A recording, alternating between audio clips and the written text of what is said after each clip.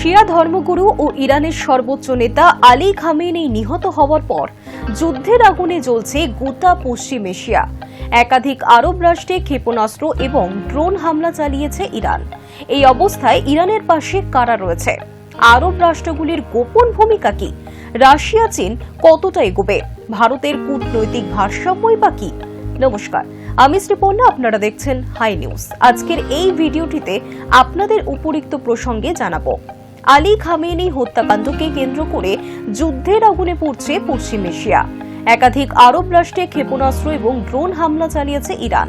শুধু তাই নয়, পারস্য এবং ওমান উপসাগরের সংযোগকারী হরমুজ প্রণালী বন্ধ করেছে, পণ্যবাহী জাহাজ ধ্বংসের হুঁশিয়ারিও দিতে শোনা গিয়েছে তেহরানকে।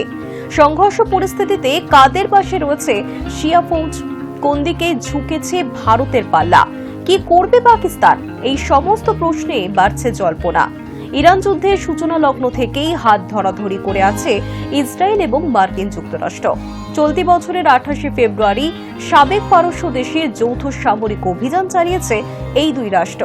সংশ্লিষ্ট হামলার পোশাকি নাম অপারেশন লায়ন্স রোড রেখেছে ইহুদি সেনা।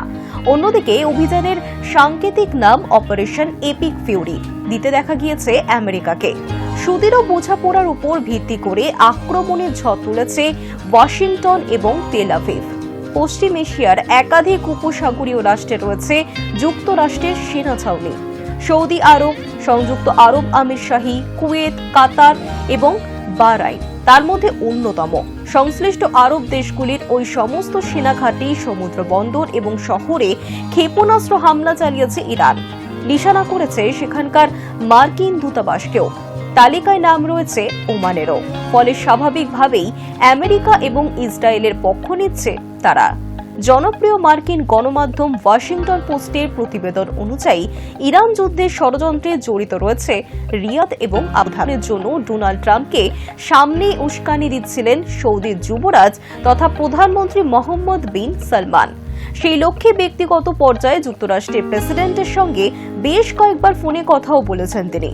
ইহুদি এবং আমেরিকার যৌথ আক্রমণে গোয়েন্দা তথ্য সরবরাহের অভিযোগও রয়েছে তার বিরুদ্ধে। তবে আরব দেশগুলির এককাট্টা হলেও ইরানের বিরুদ্ধে লড়াই চালানোর মতো সামরিক দক্ষতা তাদের নেই।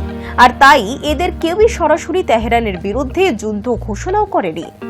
বিশ্লেষকদের দাবি, সংঘাত পরিস্থিতিতে গোয়েন্দা তথ্য যুক্তরাষ্ট্র এবং ইসরায়েলকে সরবরাহ করতে পারে তারা, যোগাতে পারে জ্বালানি সংস্থারও। অন্যদিকে আমেরিকা এবং ইসরায়েলের সঙ্গে পশ্চিম এশিয়ার সংঘর্ষে পরোক্ষভাবে জড়িয়ে পড়ার প্রস্তুতি নিচ্ছে ব্রিটেন, ফ্রান্স এবং জার্মানি। আরব দুনিয়া এবং তার আশপাশের এলাকায় এই তিন ইউরোপীয় রাষ্ট্রের বেশ কিছু কৌশলগত সম্পত্তি রয়েছে। উদাহরণ হিসেবে ইংরেজদের কথা বলা যেতে পারে। ভূমধ্যসাগরীয় দ্বীপরাষ্ট্র সাইপ্রাসে তাদের বিমান ঘাঁটিতে ড্রোন হামলা চালিয়েছে ইরান, যার মধ্যে একটি পাইলটবিহীন যান রানওয়েতে আছড়ে পড়েছে। এরপরই পশ্চিম এশিয়ার বন্ধুদের স্বার্থ রক্ষায় প্রতিরক্ষামূলক পদক্ষেপ করবে বলে জানিয়ে দিয়েছে ব্রিটেন, ফ্রান্স এবং জার্মানি। সূত্রের খবর, পারস্য উপসাগরের দিকে রওনা হবার প্রস্তুতি নিচ্ছে পরমাণু শক্তিচালিত ফরাসি বিমানবাহী রণতরী। ওই এলাকায় আসতে পারে ইংরেজদের ডুবোজাহাজও। এছাড়াও ইরান যুদ্ধে নীতিগতভাবে কানাডাকে পাশে পাচ্ছে ইসরায়েল এবং আমেরিকা।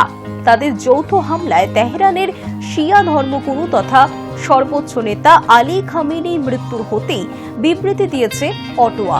সেখানে প্রধানমন্ত্রী মার্ক কার্নির সরকার জানিয়েছে, সাবেক পারস্য দেশটির ফৌজের হাতে পরমাণু অস্ত্র থাকা বাঞ্ছনীয় নয়। সেটা আন্তর্জাতিক শাস্তি এবং নিরাপত্তার জন্য হুমকি হতে পারে। তবে এই লড়াইয়ে ইরান যে একেবারেই একা হয়ে পড়েছে তা ভাবার কিন্তু কোনো কারণ নেই। পশ্চিমী গণমাধ্যমগুলির দাবি, ইতিমধ্যেই মালবাহী সামরিক বিমানে বিপুল সংখ্যায় ক্ষেপণাস্ত্র তেহরানে পাঠিয়েছে রুশ প্রেসিডেন্ট ভ্লাদিমির পুতিন। ইউক্রেন যুদ্ধে এর বহুল ব্যবহার করেছে মস্কো। বর্তমানে আকাশ প্রতিরক্ষা ব্যবস্থা হিসেবে রাশিয়ায় তৈরি S-300 এবং চীনের HQ-9B ব্যবহার করেছে IRGC। যুদ্ধ ভয়াবহ দিকে মন নিলে তেহরানে S-400 ট্রায়াম্ফের মতো অতি শক্তিশালী এয়ার ডিফেন্স সিস্টেম পাঠাতে পারে পুতিন। শিয়া ফৌজের বিমান বাহিনী ইসরায়েল বা আমেরিকার মতো শক্তিশালী নয়। সেই ঘাটতি পূরণে 48টি Su-35 লড়াকু জেট এবং বেশ কিছু Mi-28 হামলাকারী কপ্টার মস্কোর কাছে চেয়েছে পারস্য উপসাগরের ওই রাষ্ট্র।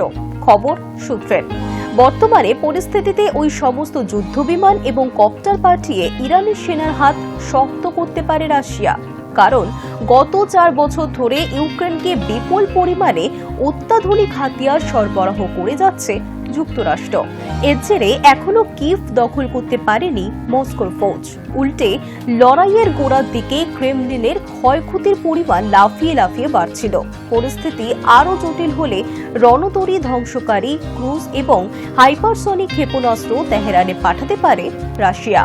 পদ্মার আড়ালে থেকে ইরানকে সাহায্যের হাত বাড়িয়ে দিতে পারে চীনও।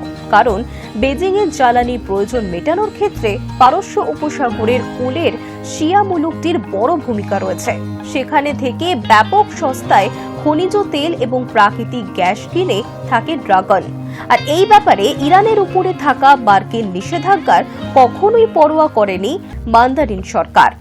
আলী খামেনির মৃত্যুর পর যুক্তরাষ্ট্র এবং ইসরায়েলকে বার্তা দিতে কড়া বিবৃতি দিয়েছে রাশিয়া, চীন এবং উত্তর কোরিয়া। গোটা ঘটনাটিকে অবৈধ আগ্রাসন বলে নিন্দা করেছে তারা।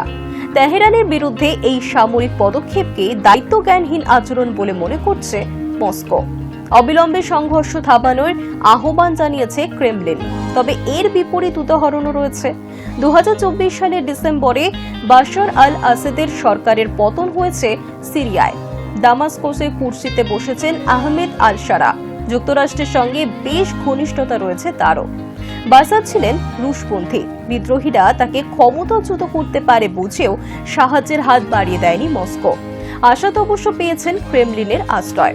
একই ছবি দেখা গিয়েছে লাতিন আমেরিকা এবং মধ্য এশিয়ার ক্ষেত্রেও। চলতি বছরের 2 জানুয়ারি রাজধানী কারাকাসে ঢুকে সস্ত্রীক ভেনেজুয়েলার প্রেসিডেন্ট নিকোলাস মাদুরোকে তুলে আনে মার্কিন ডেল্টা ফোর্স।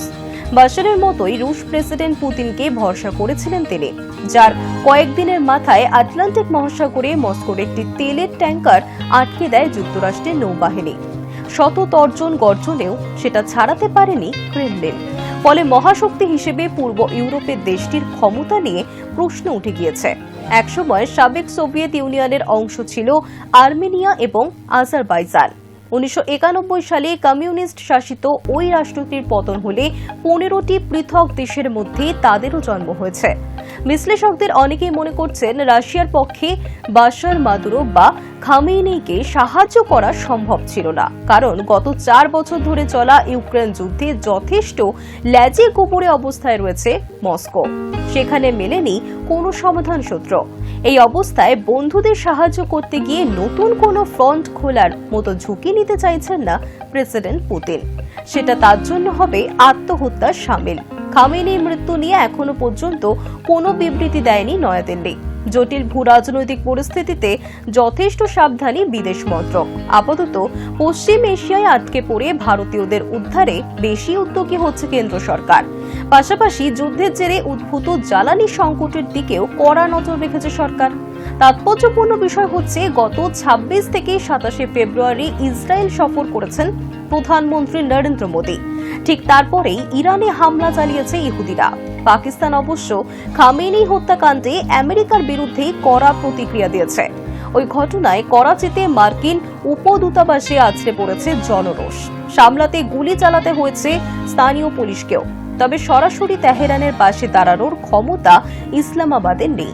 বর্তমানে আফগানিস্তানের সঙ্গে যুদ্ধে ব্যস্ত আছেন রাওয়ালপিন্ডির জেনারেলরা।